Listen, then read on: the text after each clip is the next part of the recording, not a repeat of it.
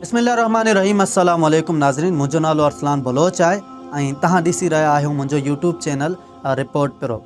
नाज़रीन, इन व्लॉग में आउं सिंधी ज़बान इस्तेमालु कंदुसि। मुंहिंजी सिंधी थोरी कमज़ोर ज़रूरु आहे, लेकिन वरी बि तव्हां भाइरनि सां यकजहती जे लाइ आउं सिंधी ज़बान इस्तेमालु कंदुसि। दोस्तों, कल्ह हिकिड़ो वाक़ियो कराची जे इलाइक़े मच्छर कॉलोनी में पेश आयो, जिथे ॿ नौजवाननि खे तशद्दुद करे करे जानवरनि वांगुरु मारे छॾियो, क़तलु कयो वियो। आगाज़ी मालूमात जे मुताबिक़ उहे नौजवान सिंधी नौजवान हुया ऐं उहे कराची जे हिकिड़े टेलीकॉम कंपनी में मुलाज़िमत कंदा हुया।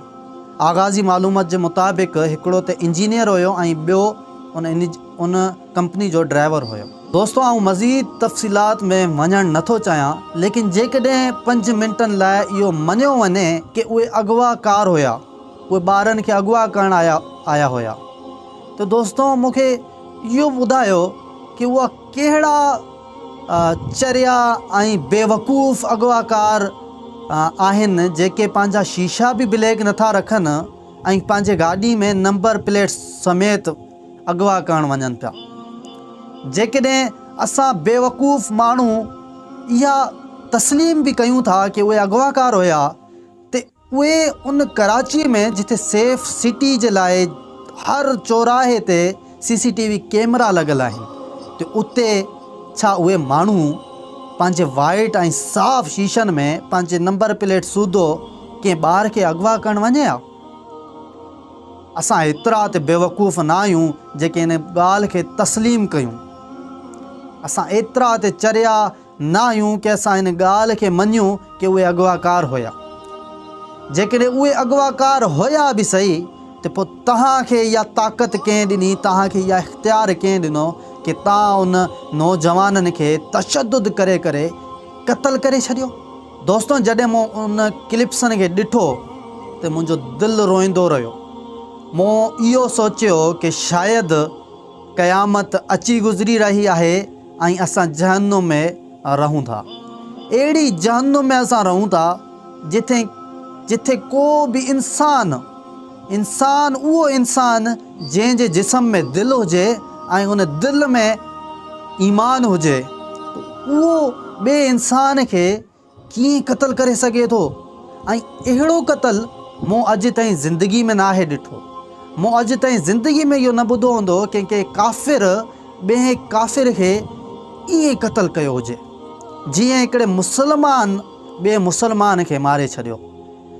दोस्तों, उन क्लिप खे को बि पथर वांगुरु दिलि रखण इंसान बि ॾिसे हा त उनजो दिलि रोए हा, उनजी अखियूं भर अचनि हा। ऐं को कॉम्परस इंसान न आहियां, लेकिन मूंखे इन वाक़िए ते शदीद गुस्सो ऐं शदीद अफ़सोस आहे।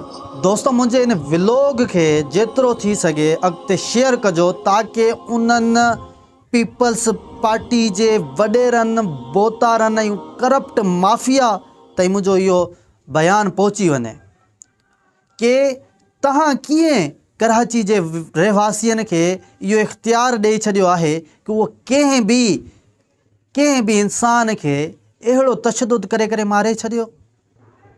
दोस्तों, जेकॾहिं तव्हां कराची विया हुजो त उते जे हर चौराहे ते, हर रोड ते हर वक़्तु रेंजर्स जी गाॾियूं, पुलिस जी गाॾियूं, इलाइट फोर्स मौजूदु हूंदी आहे।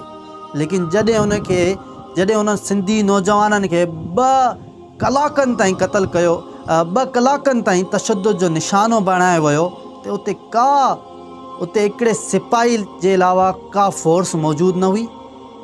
2 कलाकनि में हुते का पुलिस जी गाॾी न पहुती। हिकिड़ो पुलिस जेको वीचारो छॾाइण जी कोशिशि कई, उनखे बि तशद्दुद जो निशानो बणाए हटाए छॾियो।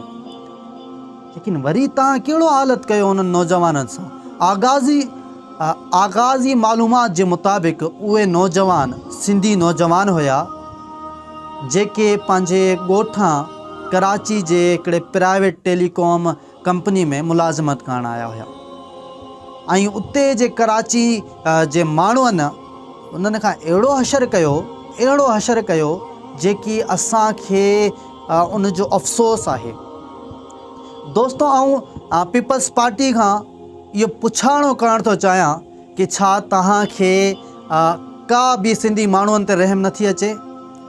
उहे सिंधी माण्हुनि ते जंहिं तव्हांखे अॼु वॾेरा ऐं भोतार ऐं मिनिस्टर ठाहिया आहिनि, जंहिंजे करे अॼु तव्हां कुर्सीअनि ते वेठा आहियो, छा तव्हांखे उन सिंधियुनि जी का यादि न आई?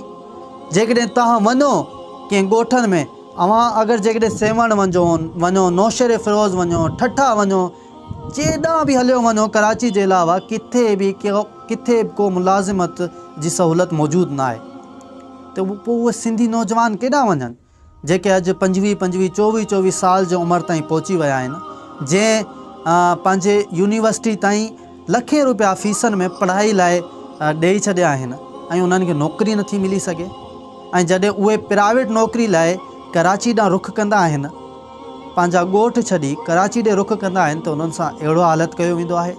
दोस्तो, आउं उन्हनि भोतारनि सां, उन्हनि पीपल्स पार्टी जे करप्ट माफ़ियनि सां सवाल थो कयां कि तव्हांजी अखियूं छो बंदि आहिनि? तव्हांजे मज़मती बयान हींअर ताईं छो न आया आहिनि? असां मञूं था, असां 10 मिंटनि लाइ मञूं था, कलाक लाइ मञूं था कि उहे अगवाकार हुया, त ॿुधायो वञे कि अगवाकार अहिड़ी गाॾी में जंहिं में उन्हनि जा फेस ज़ाहिर आहिनि, जंहिं में उहे उन्हनि जी गाॾी जो नंबर प्लेट ज़ाहिर आहे, उहो कीअं अगवा करणु विया? आगाज़ी मालूमात जे मुताबिक़ उहे 2 सिंधी नौजवान हुया जेके प्राइवेट टेलीकॉम कंपनी में मुलाज़िमत कंदा हुया। हिकिड़ो इंजीनियर हुयो, ॿियो उन कंपनी जो ड्राइवर हुयो। उहे कंपनी जे हिकिड़े आर्डर जे तहत हिकिड़े इलाइक़े में कंप्लेंट तौरु विया हिकिड़े टावर खे सही करण लाइ, त उन्हनि वञी उते इलाइक़े में कंहिं रहवासी सां उन एड्रेस जो पुछा कयो। उन्हनि एड्रेस ॿुधायो, लेकिन उन्हनि खे इहो शक थियो कि इहे ॿारनि खे अगवा करण वारा माण्हू आहिनि। उन्हनि इलाइक़े में इहो अफ़वाह फैलाए छॾियो कि इहे 2 माण्हू जेके फ़िलाणी गाॾी में आया आहिनि, इहे ॿारनि खे अगवा कनि था। तव्हां उनखे रोके पुलिस जे हवाले करण जे बजाए तव्हां उन्हनि खे मारे क़तल करे छॾियो। कंहिं माउ खे उनजे औलाद खां परे करे छॾियो, कंहिं ॿार खे उनजे पीउ खां यतीम करे छॾियो। तव्हांखे कहिड़ी ख़बर हुई कि उन घर में उहो हिकिड़ो ई पुटु हुयो जेको उन घर जो खाधो पीतो हलाइण लाइ तव्हांजे शहर कराची में मुलाज़िमत करणु आयो हुयो? तव्हां उनखे मारे छॾियो, जंहिंजो हींअर 2 महीने जो ॿारु ॼमियो हुयो, जंहिंजो पेट जी ज़िम्मेदारी उन नौजवान वटि हुई, जंहिंखे तव्हां तशद्दुद करे ज़ालिमनि वांगुरु मारे छॾियो।